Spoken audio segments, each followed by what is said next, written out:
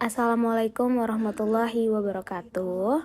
Di sini kami akan menjelaskan terkait the age of surveillance, pengawasan dan pengendalian yang beranggotakan Marcantia Setia Zahriani, Askari Syabila, Tizar Yusuf Akbar, dan Muhammad Faisal Abdillah. The age of surveillance ini berisi tentang pengawasan dan pengambilan data, yang mana pengawasan sendiri merupakan proses pengumpulan dan analisis data yang dilakukan oleh aktor publik atau swasta untuk mengendalikan perilaku individu. Maksudnya, jadi itu ada suatu pengumpulan dan analisis data yang dilakukan oleh suatu perusahaan web seperti Google dan Facebook untuk mengumpulkan dan menganalisis data individu seperti pengguna Google atau Facebook tersebut.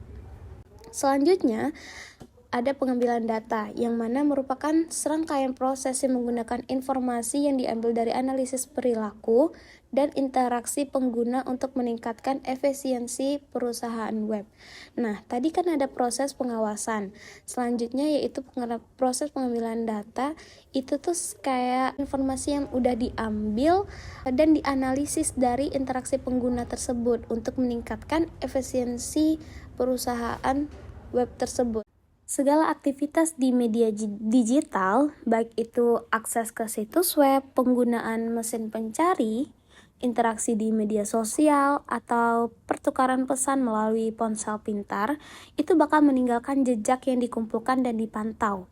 Data pengguna itu sebenarnya dicatat, dianalisis, dan digunakan untuk tujuan kontrol sosial atau keuntungan dari perusahaan web tersendiri. Yang kemudian, jaringan digital itu dicirikan oleh keadaan partisipasi pasif. Bentuk dari partisipasi pasif ini memiliki dua proses yang berbeda namun saling terkait, yaitu proses pengambilan data dan pengawasan seperti yang telah dijelaskan sebelumnya. Pada slide ini, kita akan membahas tentang Cambridge Analytica Files, yaitu serangkaian informasi yang mengungkapkan bahwa Facebook telah menjual data dari jutaan pengguna yang tidak mengetahuinya kepada perusahaan yang menggunakannya untuk mempengaruhi pemilu Amerika Serikat pada tahun 2016. Jadi Cambridge Analytica Files ini informasi yang mengungkapkan bahwa Facebook itu telah mengekstrak data yang relevan dari setiap perilaku manusia untuk dijual datanya ini kepada perusahaan guna untuk mempengaruhi pemilu Amerika Serikat pada tahun 2016 tersebut. Dari kejadian tersebut, mendorong para ahli teori sosial untuk menggunakan definisi seperti kapitalisme pengawasan untuk menggambarkan sistem ekonomi yang mendukung pengawasan. Selanjutnya, ada disposisi siklus kapitalisme pengawasan menurut Shoshana Zuboff. Yang pertama, ada serangan atau incursion, yaitu aturan pertama dari kapitalisme pengawasan yang secara implisit menyatakan data pengguna bebas untuk diekstraksi dan diolah demi kepentingan isinya. Kemudian ada adaptasi atau adaptation. Seandainya protes tersebut berhasil menghimpun massa dan tersorot dunia, maka perusahaan tetap akan mempertahankan posisinya atau tidak akan menanggapi dari protes para pengguna yang datanya telah diambil. Lalu ada pengalihan atau redirection. Setelah isu atau sorotan mereda, maka perusahaan akan melakukan kegiatannya kembali dalam memanfaatkan data para pengguna. Kemudian yang terakhir ada pembiasaan atau habituation. Ketika pengguna menyadari dan melakukan protes, maka perusahaan digital akan bersikap abai atau tidak mempedulikannya. Kemudian, dalam The Age of Surveillance sendiri terdapat algoritma, di mana teknologi digital mendata perilaku serta interaksi yang disampaikan kembali sesuai dengan kebutuhan pengguna media.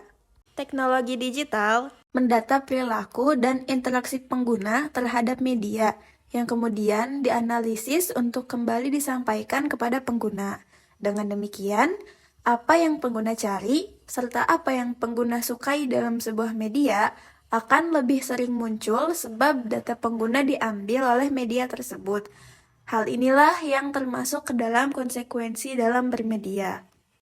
Sebagai contoh, ketika pengguna mencari kata kunci sepeda di Google, hal yang akan muncul pasti berhubungan dengan sepeda, di mana toko sepeda yang terdekat dengan lokasi pengguna, bahkan model sepeda yang paling banyak disukai orang, serta berbagai macam berita mengenai sepeda, yang selanjutnya akan terus berputar pada kata kunci tersebut bila pengguna tidak melakukan refresh. Kemudian ada super panopticon, yaitu pengguna merasa diawasi dalam jaringan database internet. Nah, sebelum menjelaskan lebih jauh, super panopticon diambil dari kata panopticon yang berarti sebuah menara di dalam penjara yang memiliki lampu sorot mengitari seluruh penjara. Hal tersebut membuat para narapidana merasa selalu diawasi tanpa tahu siapa yang mengawasi. Maka dari itu, terbentuklah sebuah istilah super panopticon, di mana para pengguna internet yang terjun ke dalam media merasa dirinya terjebak dalam jaringan database internet dan selalu merasa diawasi. Mereka juga merasa tidak ada lagi tempat berlindung untuk bebas dari pengawasan atau untuk melakukan perlawanan bila mana datanya diambil. Dengan demikian, database tidak jauh berbeda dengan sistem dalam penjara, di mana semua informasi pengguna internet dimasukkan ke dalam sebuah sistem konversi digital yang tertutup dan bisa sepenuhnya diawasi. Sekali kita terjebak ke dalam jaringan database di internet, tidak ada lagi tempat untuk bisa bebas dari pengawasan. Tentunya, semua orang bisa bebas mengakses apapun dalam internet, tetapi tidak akan bisa keluar dari jaring-jaring database yang mengurungnya. Sekian presentasi yang dapat kami sampaikan. Terima kasih atas waktunya. Wassalamualaikum warahmatullahi wabarakatuh.